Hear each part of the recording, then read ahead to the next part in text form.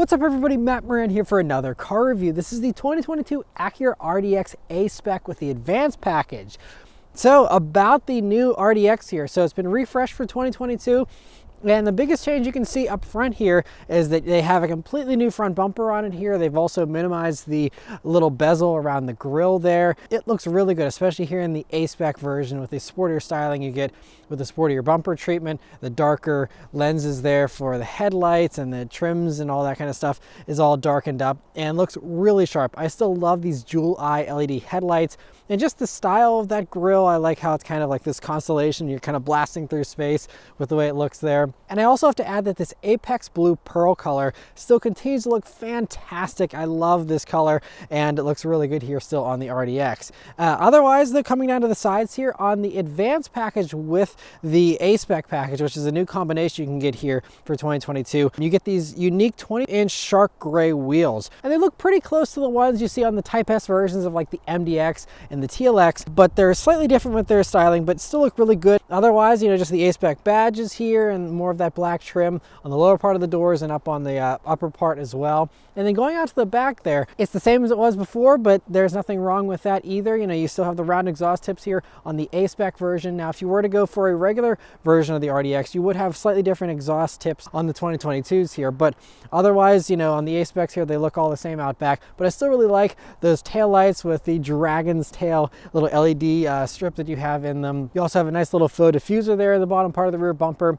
And so overall, I still think that, the RDX is a really nice looking vehicle from basically every angle. And I think these new changes for 2022 nicely freshen it up a little bit as well. All right, so start up and go for a drive. The RDX here has Acura's new key here for 2022, and it's a really nice key. Just nice and glossy on the front, metal on the sides, has a really nice weight to it. Just a few buttons there on the back. And of course, it is keyless access, keyless entry, and push button start here in the RDX. So you just leave the key in your pocket, hit the engine start button, and it starts right up. But that chime, I think that's new, and it's kind of annoying. It sounds kind of tinny, and I don't know, that sound kind of aggravates me. But anyway, just a very nice interior otherwise. My wife and I did do a full in-depth interior review on an RDX, so I'll link that above. You can go watch that if you want to hear all our thoughts on this interior. But overall, the RDX here is still really nice for 2022. The big improvements here are that you have wireless smartphone integration now, so wireless Apple CarPlay, wireless Android Auto. You have the Icona Drive, different ambient lighting modes here you can pick from, and a few other tiny little things, but that's basically it. And so I think it's just a really nice improvement. I also love how you can now have a heated steering wheel here in the A-Spec version with this flat bottom wheel. So yeah, but anyway, definitely check out the interior review for all the details on how this interior is here in the RDX. All right, so setting off here in the 2022 RDX. So the first thing that I'm noticing, I've always just really enjoyed driving RDXs. It just has a really nice driving position. You have excellent visibility here. The hood really drops down nicely. A-pillars are a little bit on the thicker side, but the way they're positioned, they don't really get in my way. I just feel like I always have such great visibility here in the RDX. Great view out of the back. Other things though about the RDX. So one of the big improvements here for 2022 is that they really focused on making it quieter. That was something they heard as feedback from customers, so they wanted it to be quieter. So they did a ton of stuff. So all RDXs get thicker front fender liners. They also get enhanced noise cancellation here through the stereo, even a lower idle. So they really obsessed over everything to make this super refined even whenever you're standing still. And then if you go for a tech package and higher, you also get thicker carpets, you get additional sound insulation under the dashboard, and you also get acoustic glass. And so all of those things should add up to a quieter ride, and we will definitely check that out as we get up to some higher speeds here. But other things here, so they also retuned the brake booster, because that was another thing, is that they heard people kind of wanted the brake pedal to be a little bit more, I guess, progressive and easier to use. And I really have no complaints with it. I didn't really have many complaints with it previously, but now it all feels good. Throttle response is also really nice and strong. I really like the way the engine responds. You have a turbocharged 4-cylinder and you have a 10-speed automatic. And the 10-speed automatic, since you have so many gears to pick from, it always is nice and responsive, and the car just does what you expect it to do. And so I just really like that, because you'd be surprised how many cars these days don't feel the way you would expect them to feel whenever you use the brakes and the gas and simple things like that. And yeah, you do still definitely hear this engine though. It's still, this little 4-cylinder But I think the sound cancellation certainly will help you kind of dull things down. But we'll go ahead and put it up into the sport driving mode here, and that does several things. It sharpens up throttle, makes the steering a little bit heavier, and just kind of changes the responsiveness on everything, as well as the adaptive dampers, which we now have here in the RDX Advance with the A-Spec package. But anyway, let's turn down onto this back road and see how it does. Here we go. Okay, pretty responsive. Wow, yeah, it picks up nicely. Puts the power down very, very well. So you're still running like the same 2-liter 4-cylinder turbocharged engine. Still does 272 horsepower, 280 pound-feet of torque. And so 0 to 60 is going to be the same as it was, a few years back when these came out. It's about a 6.4 second 0 to 60. But man, this combo, I really love this 10-speed auto with this engine. Whenever, especially you're up at speed here, very punchy, very, very responsive. And honestly, I didn't even have the transmission in its sport mode. This is just normal drive. You can go and press the drive button again, that puts you up into sport mode, and that really made it sporty. So whenever I hit that, it wanted to go down to like a super low gear. It was sitting at like 5,000 RPMs. Now we're sitting at 3,500 RPMs. Yeah, it makes it very, very eager. So that gets very, very excitable whenever you have that in the sport mode as well. But honestly, it was doing a really good job even just in the normal drive mode. You also, do have paddle shifters here, and so you can get it into a manual mode. And it's pretty responsive with the downshifts. We'll go ahead and try the upshifts here in a second.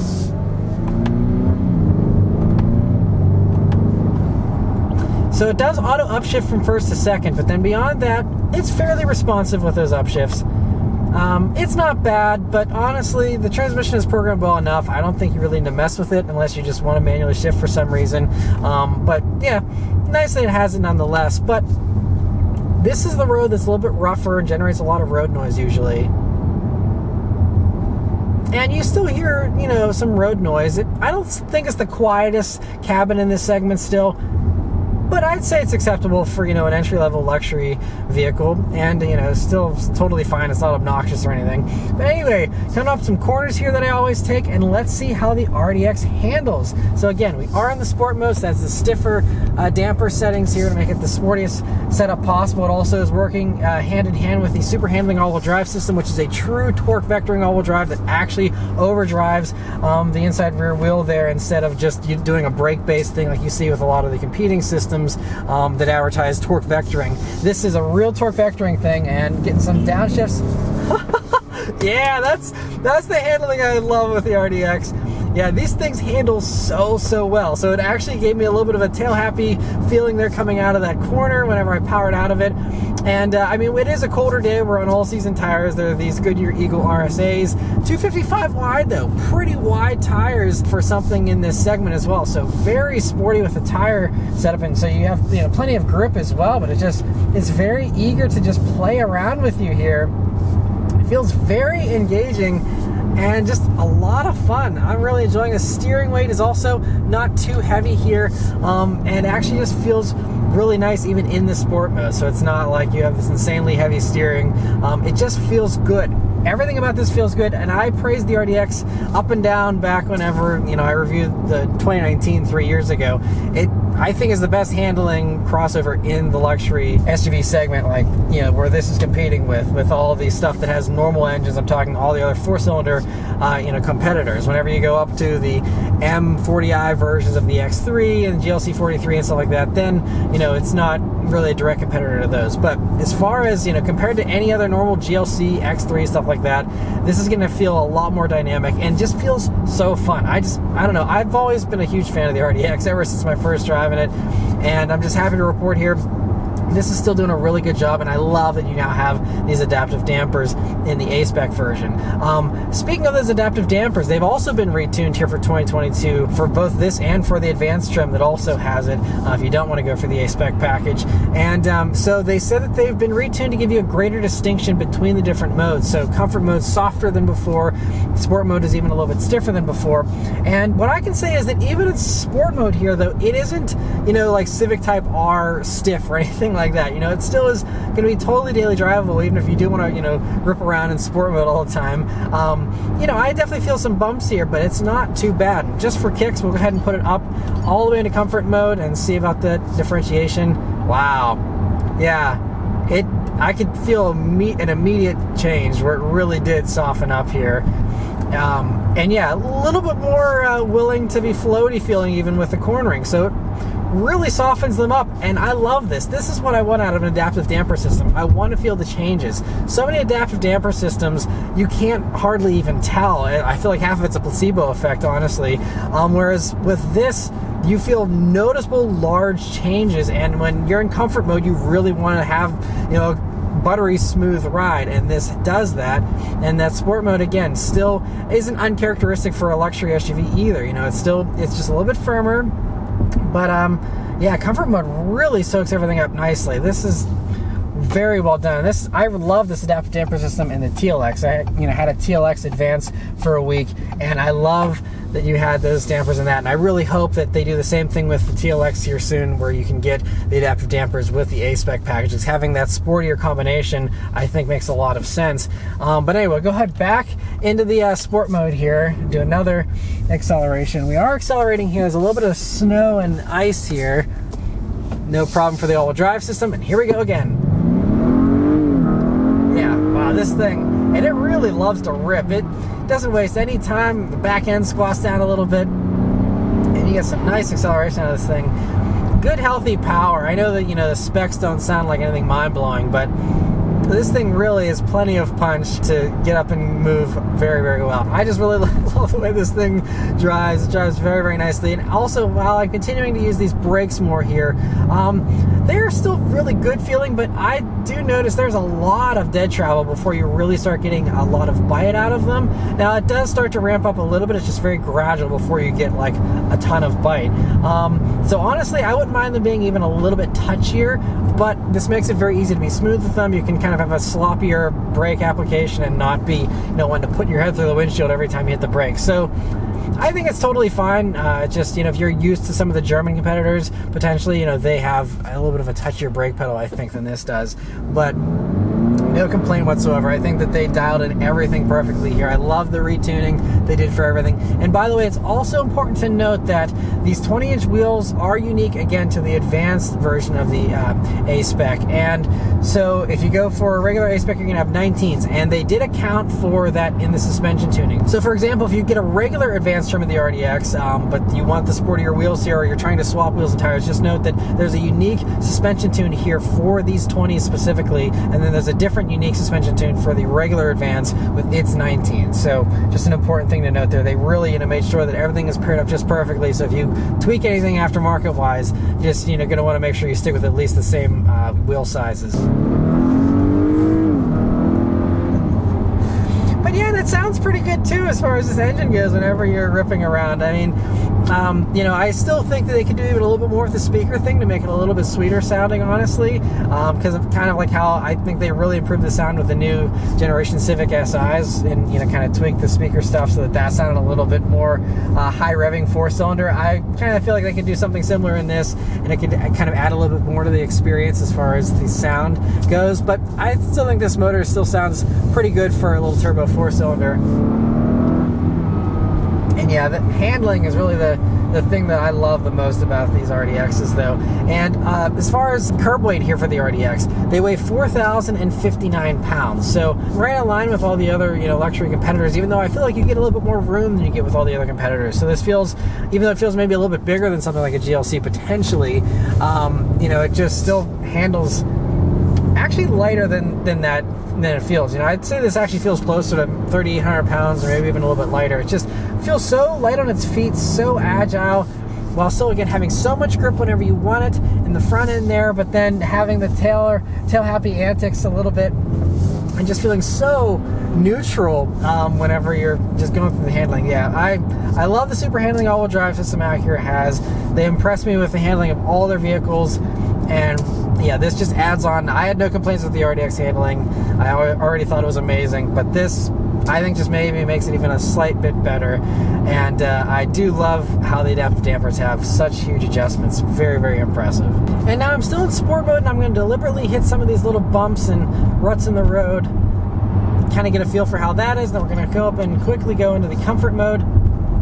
Wow. Yeah, hitting these bumps now in comfort mode. Yeah, it really takes a lot of the sharpness out of these bumps. It is very impressive. I think Honda and Acura do some of the best adaptive damper tuning in the industry. I absolutely love the way they set these up. Alright, so now we're out on the highway here in the RDX, and so up at normal highway speeds now.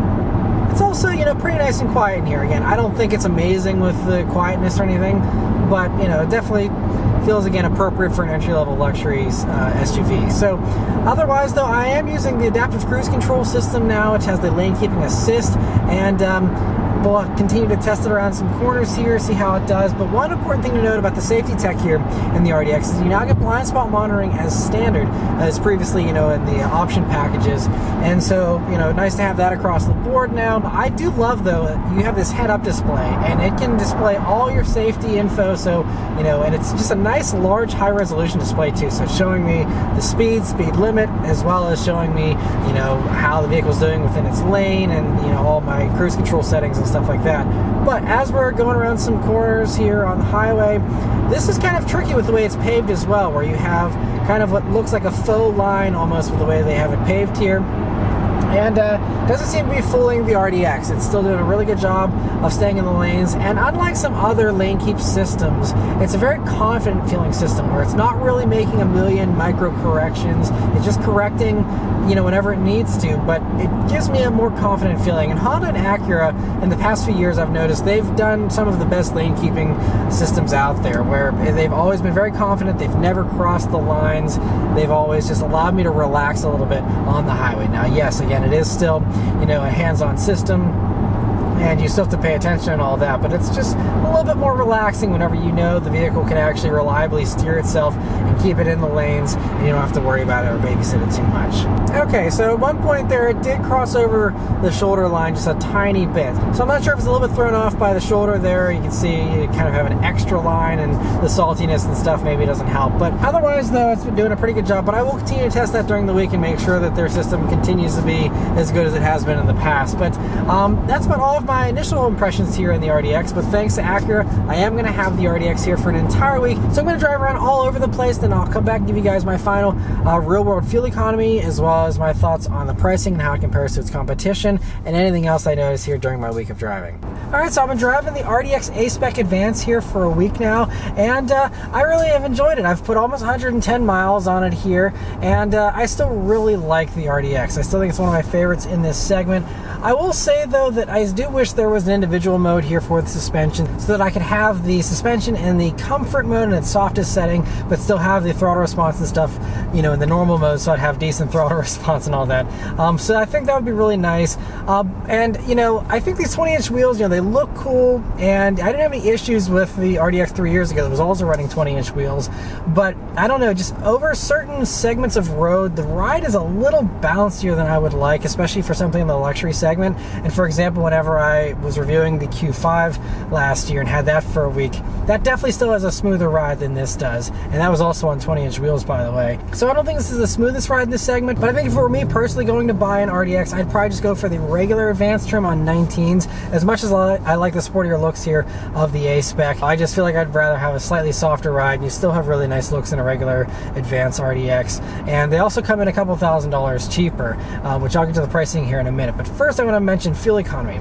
So my fuel economy here over about 110 miles of driving has been 17 mpg exactly. But that did include a lot of idling, so that's probably a little bit more of a worst case scenario than even my usual driving, because whenever I reviewed the 2019, which is mechanically identical, I was actually able to get about almost 18 mpg around town, and I actually took that one on a road trip of about 600 miles, and out on the road trip there I was getting almost 24 mpg. So depending on you're driving, obviously your mileage will vary, but these can get pretty good fuel economy. But I just noticed this week, driving around in the winter and stuff certainly didn't help either. But 17, I would say without the idling, I'd probably be up around 18 mpg. So just keep that in mind. But as far as how these are rated, they are rated at 21 mpg in the city, 26 on the highway, and 23 combined. So I am still several mpg under even that city rating. So I would have liked to get closer to 20, but it is what it is. And I still think that you have a little bit more power in this than most of the competitors.